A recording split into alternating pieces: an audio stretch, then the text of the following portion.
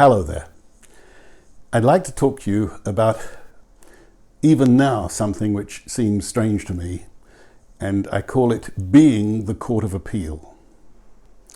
When I was the governor of a province in East Timor, I had an quite excellent legal officer who'd been a judge in Bangladesh, and for political reasons, his senior judges had got him out fairly quickly to a UN job after he'd made a courageous decision to send some people to prison for a very long time for a very bad thing, and those people were, of course, part of the ruling party. So he arrived in East Timor, and he was absolutely the perfect guy for the job. He had thorough grounding in law and legal principle, but he also had the compassion that comes with having been surrounded, immersed in a very poor country where very poor people sometimes face really tough choices. So the judge came to me one day and he said, "You know, sir, that one of your duties is that you are the Court of Appeal." And I said, "No, Judge, you are the judge. You are the Court of Appeal." And he said, "I'm afraid, sir, that is not the way it works. I have got all sorts of legal capability and I am able to adjudicate all the cases that come up in this province. But if one of the parties to a complaint wishes to appeal, they can't appeal to me. I've already made a judgment. Therefore, you are the de facto Court of Appeal." Well, to say that I was stunned is to put it mildly. I've never been a Court of Appeal before, but I thought, it can't be that difficult. I'll give it a go. And I said, "How often do you envisage me having to exercise this job?" And he said, "Strange you should say that." And then the feeling of foreboding came over me before he said another word. I said, "Because you have such a case at the moment." And he said, "Yes, sir, I have such a case at the moment. I have rendered my decision, and one of the parties has vehemently challenged that decision, and therefore I must ask you in your capacity as Court of Appeal to take over and render a second judgment." I said, "Wow." But being game for anything, I thought I'll give it a go. So I asked him to write me a legal brief without too much legal jargon, explaining the problem and the case of either party. And this picture here shows the judge doing his normal job without me. I am nowhere in that picture because he is listening to complaints, he is listening to issues in the courtyard of our office setup, and he is explaining through an interpreter in some of the different languages that were spoken in my region what the legal situation was, and 99% of the time he handled the whole thing, except when we came to this issue of the Court of Appeal. So I read the judge's note, and the note was really very simple. It was a land dispute, and a very poor family had been farming for 2 or 3 years a piece of land. A very wealthy in terms of their land holdings, not in terms of their cash, but in terms of their land holdings, family who had land adjacent to this poor people's patch, now laid claim to that land through obscure relatives and wanted the poor people thrown off the land. The judge had asked for evidence of this relationship with the land, which the wealthy family had failed to produce, and it was, in his opinion, a doubtful claim, and yet the claim of necessity that these poor people, if they had been thrown off the land, would have no means of subsistence was a strong claim. It was clearly provable. He had therefore found in favour of the poor people, and the wealthy people had vigorously challenged this ruling. So what did the Court of Appeal look like? Well, it looked kind of like this. This is not the actual case that I'm talking about now, but it was another one. And I'm in my chair, and everybody's gathered and sat around on the ground in front.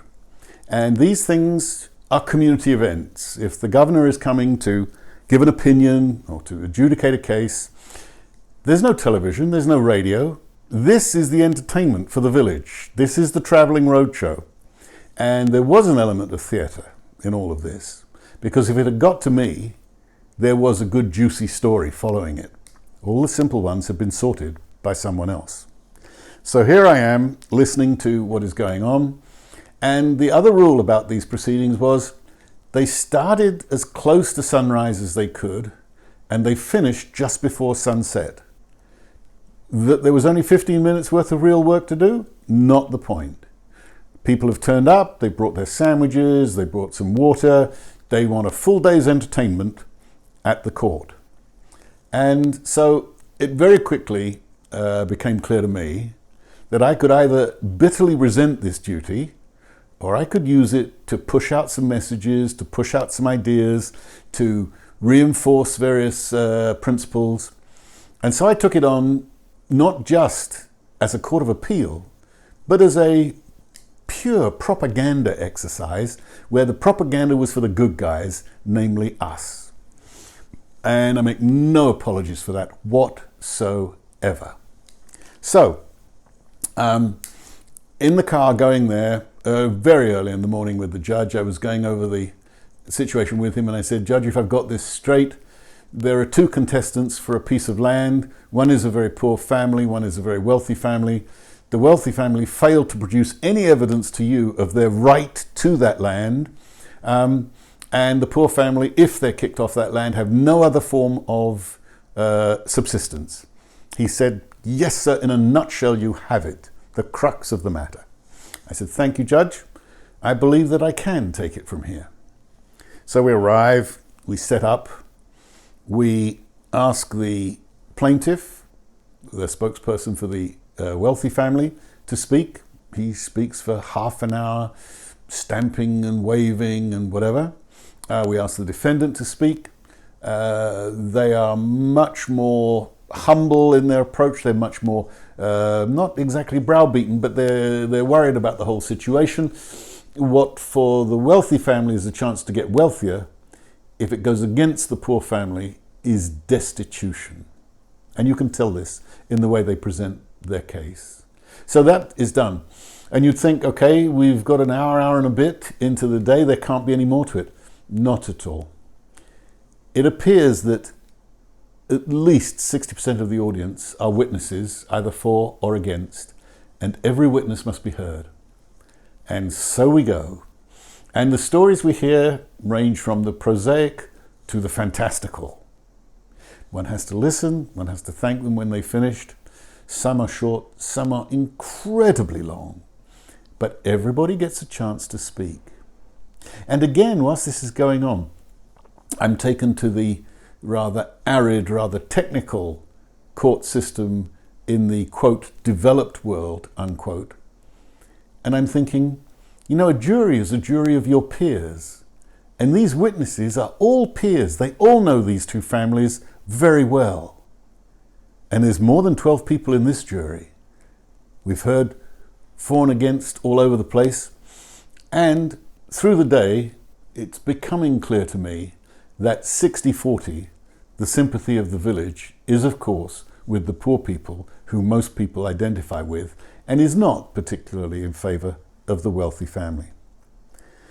So we get to the end of the day, and I am required, like Solomon, to produce both a judgment and a summing up.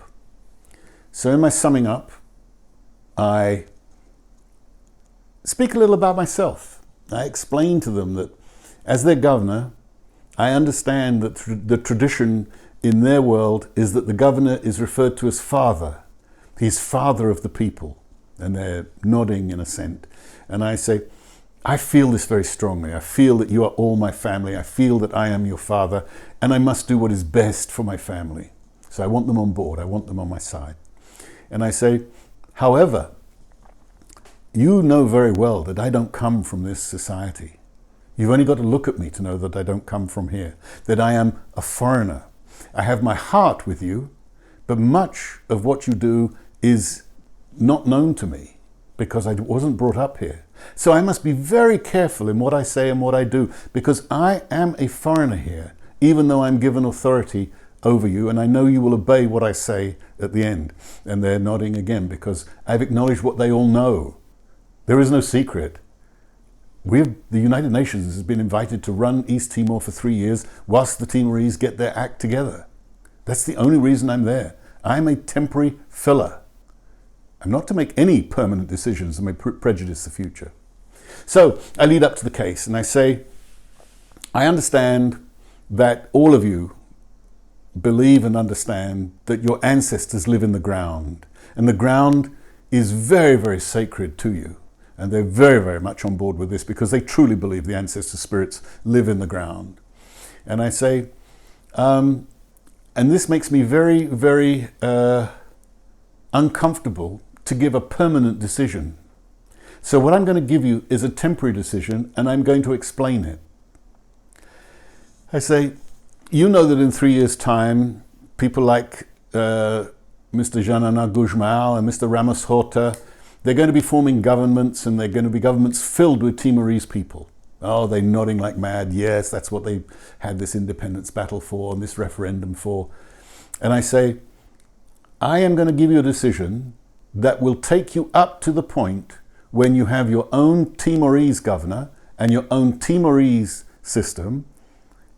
And therefore, what I say now is temporary until that time when you have proper Timorese people making these decisions for you. Ah, they say, yes, okay, we hear this. And they're all leaning forward a bit because nobody was expecting this kind of approach. And I say, now the next thing you should know, which nobody has told you, is when you start your own Timorese government, there will be a whole new system of land registration.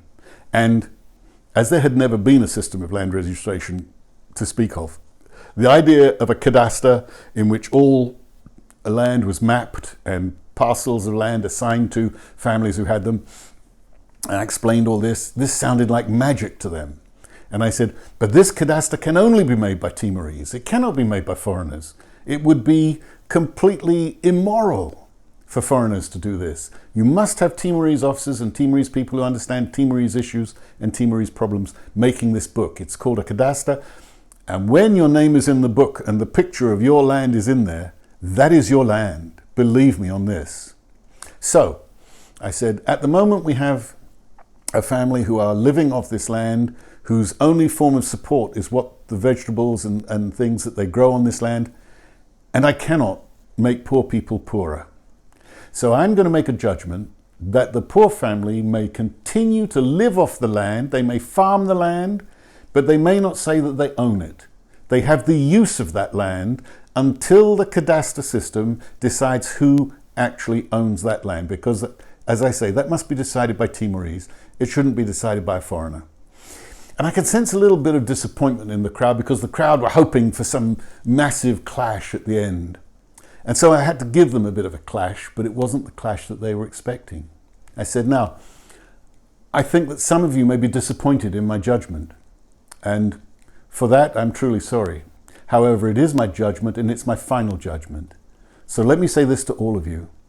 If I am called back to this village to look at this problem again, I shall bring with me 60 gendarmes, 60 military policemen, and I will punish those who caused problems. I will not have my time taken up, once I've given a judgment, by people who want to make trouble, who think that by making trouble they can get me to reverse a decision. And I was laying down a very clear line. They knew what gendarmes meant. Gendarmes were the guys who had done the most damage to them during Indonesian rule. And they were very, very scared of gendarmes coming to their village. So I said, you live in peace with this until the cadaster system is set up, and no more will ever be said. You bring me back here to start this again, and next time I come back, I won't come back as your loving father. I will come back as your punishing father. Your choice. And with that, I finished my time in court. I went back to my car, and off we went, me and the judge. Judge didn't say much on the way back, but just before we arrived at the headquarters, and it was almost an hour's drive, he said, "Nice one. Let's have a look at the Cynefin framework and see what that says about the Court of Appeal." I think the respect for traditional processes is something that is absolutely missing amongst our legal profession. The legal advisors that we get in missions are all Western trained. They all love courts with formal bits and pieces, irrespective of the system that they come from. And how can you expect your decisions in your courts to be legitimate if it doesn't respect the traditional processes? The value systems between traditional law and modern law invariably collide. I think of situations where property is held in common in traditional systems, but property is the property of everyone in a community in a traditional system. There cannot be theft in a traditional system because nobody owns anything. The entire community owns everything. The issue there of community rights and individual rights is further exacerbated by the fact that our system of human rights in the, quote, developed world, unquote, is exclusively based around the individual. Community rights, communal rights, are extremely difficult to put into the human rights perspective compared to the massive individual rights emphasis that we've had, particularly in the last 30, 40 years. And this is very good until you realize that a part of everybody's identity is the group they belong to. Now, you can belong to lots of groups. I belong to a grumpy old man's group. I belong to a former international worker group. I belong to a group that has, both a bachelor's degree and a master's degree, etc., etc. But there'll be certain groups that I belong to that are primal. And one of the issues we have now, and one of the problems we have with legitimacy in the Western world, is that the communal rights that people want are often trumped by individual rights, and then being trumped by individual rights, they're called mischievous. They're called, the individual rights are called difficult. And you see in many developed countries, immigrants being picked on because they have individual rights that appear to infringe or diminish the communal rights of certain groups that have been in that country for some time. It is a huge challenge, and it's something that we really have to work on quickly to square this issue of communal rights and individual rights, because every one of us is both communal and individual. Homo sapiens is a communal species. Like it, don't like it, that's the way it is. I leave that with you. I have no words of wisdom apart from that. And now I'm going to go and have a cup of tea and leave you to your thoughts about all these issues of the Court of Appeal.